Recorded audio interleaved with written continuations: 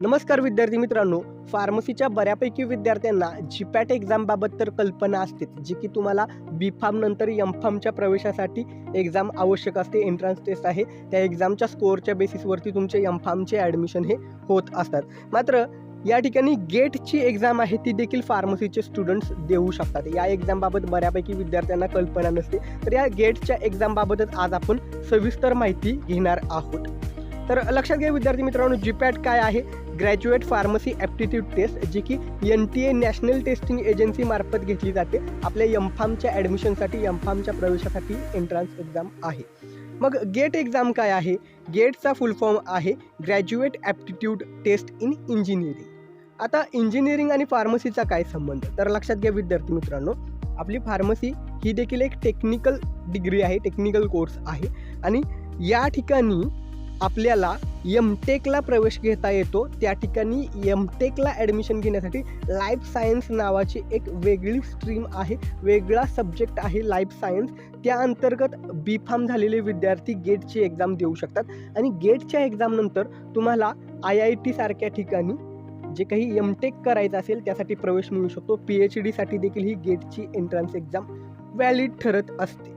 तर याच गेटच्या एक्झामबाबत सविस्तर माहिती घेऊया. एक्झामचा पॅटर्न कशा पद्धतीनं असतो, कशा पद्धतीने कुठले कुठले सब्जेक्ट्स असणार आहेत, ही सगळी माहिती घेऊया.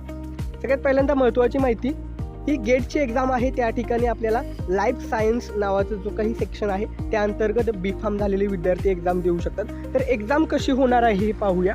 लक्षात ठेवा, जशा पद्धतीनं तुमची जीपॅटची एक्झाम ऑनलाईन पद्धतीनं कम्प्युटर बेस्ड होते, सेम त्या पद्धतीनं ही गेटची एक्झाम ऑनलाईन पद्धतीनं होणार आहे. टाईम किती असणार आहे एक्झामचा? 3 तास, अर्थात 180 मिनिटांचा वेळ या ठिकाणी असणार आहे. या ठिकाणी सेक्शननुसार टाईम डिवाईड केलेला नाही आहे. तुम्हाला पूर्ण 3 तासाचा अवधी आहे, त्यामध्ये तुम्हाला हवा तसा वेळ तुम्ही वेगवेगळ्या सेक्शनला देऊ शकता. टोटल मार्क्स किती असणार आहेत? 100 असणार आहेत आणि क्वेश्चन किती असणार आहेत? 65. अर्थात या ठिकाणी वेगवेगळ्या क्वेश्चनचं वेटेज वेगवेगळं राहणार आहे सेक्शननुसार. काही क्वेश्चन तुम्हाला या ठिकाणी 2 मार्क्ससाठी असतील, काही क्वेश्चन तुम्हाला 1 मार्क्ससाठी असणार आहे. निगेटिव्ह मार्किंग असणार आहे का? हो. 1 मार्क्सचा क्वेश्चन असेल तर 1/3 आणि 2 मार्क्सचा क्वेश्चन असेल तर 2/3 या ठिकाणी निगेटिव्ह मार्किंग असणार आहे. आता या ठिकाणी बऱ्याच विद्यार्थ्यांना असं कन्फ्युजन असेल, तर जीपॅट एक्झाम आणि गेट एक्झाम ओव्हरलॅप होऊ शकते का, किंवा कशा पद्धतीनं प्रिपरेशन करायचं? तर या ठिकाणी आपण बघूया की गेट एक्झामचं ड्युरेशन कसं असतं. तर या ठिकाणी गेट एक्झामसाठी ॲप्लिकेशन आहेत ते साधारणपणे जुलै एंड किंवा ऑगस्टमध्ये ॲप्लिकेशन स्टार्ट होतात. ॲडमिट कार्ड हे साधारणपणे जानेवारीमध्ये येतं आणि एक्झाम ही फेब्रुवारीमध्ये होते. रिझल्ट मार्चमध्ये येत असतो. आता सिलॅबस थोडक्यात आपण पाहूया, जेणेकरून तुम्हाला कल्पना येईल की गेटची एक्झाम देत असताना तुम्हाला फार्मसीमधले कोणकोणते सब्जेक्ट कामी येऊ शकतात. तर या ठिकाणी गेटच्या एक्झाममध्ये वेगवेगळे सेक्शन दिलेले आहेत. पहिला सेक्शन जनरल ॲप्टिट्यूड आहे, त्यानंतर दुसरा सेक्शन आहे तो आहे केमिस्ट्री. लक्षात ठेवा, जनरल ॲप्टिट्यूड आणि केमिस्ट्री हे दोन्ही सेक्शन कंपल्सरी आहेत. सेक्शन 3 आहे जो लाईफ सायन्स सब्जेक्ट. त्यामध्ये जे वेगवेगळे सब्जेक्ट आहेत त्यापैकी कुठलेही 2 सब्जेक्ट तुम्हाला निवडता येणार आहेत. आता सेक्शन 3 लाईफ सायन्स जो फार्मसीचे विद्यार्थी देऊ शकतात, त्यामध्ये कुठले कुठले सब्जेक्ट आहेत लाईफ सायन्समध्ये पाहूया. या ठिकाणी biochemistry, botany, microbiology, zoology, food technology असे वेगवेगळे सब्जेक्ट आहेत. आता सगळ्यात महत्त्वाची गोष्ट काय आहे विद्यार्थी मित्रांनो, बायोकेमिस्ट्री. या ठिकाणी आपल्याला सेकंड इयरला बायोकेमिस्ट्री हा सब्जेक्ट असतो, त्यामुळं बायोकेमिस्ट्री हा सब्जेक्ट तुम्हाला युजफुल ठरेल. आणि जर तुम्हाला मायक्रोबायोलॉजी सोपा जात असेल तर त्या ठिकाणी तुम्ही मायक्रोबायोलॉजी हा देखील सब्जेक्ट निवडू शकता. आता फूड टेक्नॉलॉजी त्या सब्जेक्टचा आपला तितकासा जास्त संबंध कधीच या सब्जेक्टशी येत नाही, त्यामुळे तुम्ही बायोकेमिस्ट्री, मायक्रोबायोलॉजी हा सब्जेक्ट निवडू शकता किंवा फार तर बॉटनी हा सब्जेक्ट निवडू शकता, कारण त्या ठिकाणी आपल्याला फार्माकॉग्नोसीमध्ये बऱ्याचशा काही टर्मिनॉलॉजी होत असतात, त्यामुळे तो देखील सब्जेक्ट तुम्हाला कामी येऊ शकतो. आता कुठल्या कुठल्या सब्जेक्टमध्ये काय काय टॉपिक येणार आहेत हे जर तुम्हाला पाहायचं असेल तर त्या ठिकाणी डिटेल सिलॅबस आहे, तुम्ही आपल्या टेलिग्राम चॅनलवरती टाकेल कोणत्या सब्जेक्टमध्ये काय काय टॉपिक येणार आहेत, किंवा गेट एक्झामसाठी तुम्हाला वेबसाईटवरती देखील डिटेल रिसेंट सिलॅबस मिळून जाईल.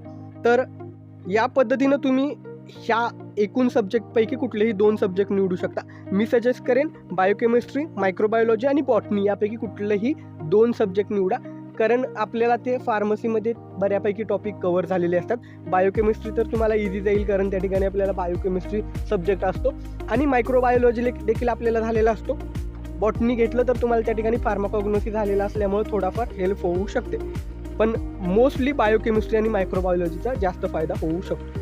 आता फायदा काय आहे पहा, या ठिकाणी आपल्या जीपॅटचा जो काही क्वालिफाईंग क्रायटेरिया आहे, मार्क्स आहेत, जीपॅटसाठी साधारणपणे 3 ते 4 लाख विद्यार्थी ॲपेड होत असतात आणि या ठिकाणी जीपॅटसाठी जे काही क्वालिफाईंग मार्क्स आहे तिथं कॉम्पिटिशन खूप जास्त आहे. मात्र या ठिकाणी बघू शकता ओपन लाईफ सायन्ससाठी या वर्षीचा 2024चा कट ऑफ किती, 29.3, EWS OBCसाठी 26.3 आणि SC STसाठी 19.5. म्हणजे क्वालिफाईंग क्रायटेरिया, क्वालिफाईंग मार्क्स खूप कमी आहेत. जीपॅटपेक्षा गेट एक्झामचं कॉम्पिटिशन लाईफ सायन्समध्ये बऱ्यापैकी कमी आहे.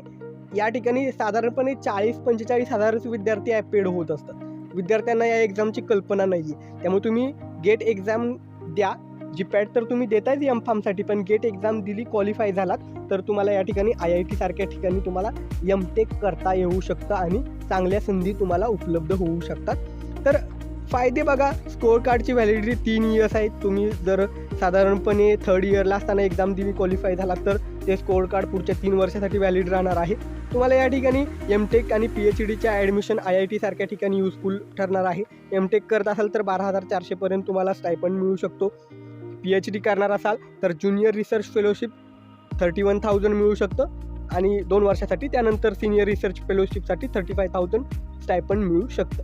या ठिकाणी होम अलाउन्सेस, जे तुम्हाला घराचं भाडं असतं त्यासाठी देखील वेगळा भत्ता असतो. तर अशा पद्धतीनं हे तुम्हाला युजफुल एक्झाम आहे. बऱ्यापैकी विद्यार्थ्यांना या एक्झामची कल्पना नसते, म्हणून मी या ठिकाणी ही माहिती शेअर केलेली आहे. ही माहिती आवडली असेल व्हिडिओला लाईक करा आणि अजूनही आम्ही फार्मसिस्ट यूट्यूब चॅनलला सबस्क्राईब केलं नसेल तर नक्कीच आपल्या चॅनलला सबस्क्राईब करा आणि तुमच्या सर्व विद्यार्थी मित्रांसह कॉलेजच्या ग्रुपवरती हा व्हिडिओ शेअर करायला विसरू नका. धन्यवाद.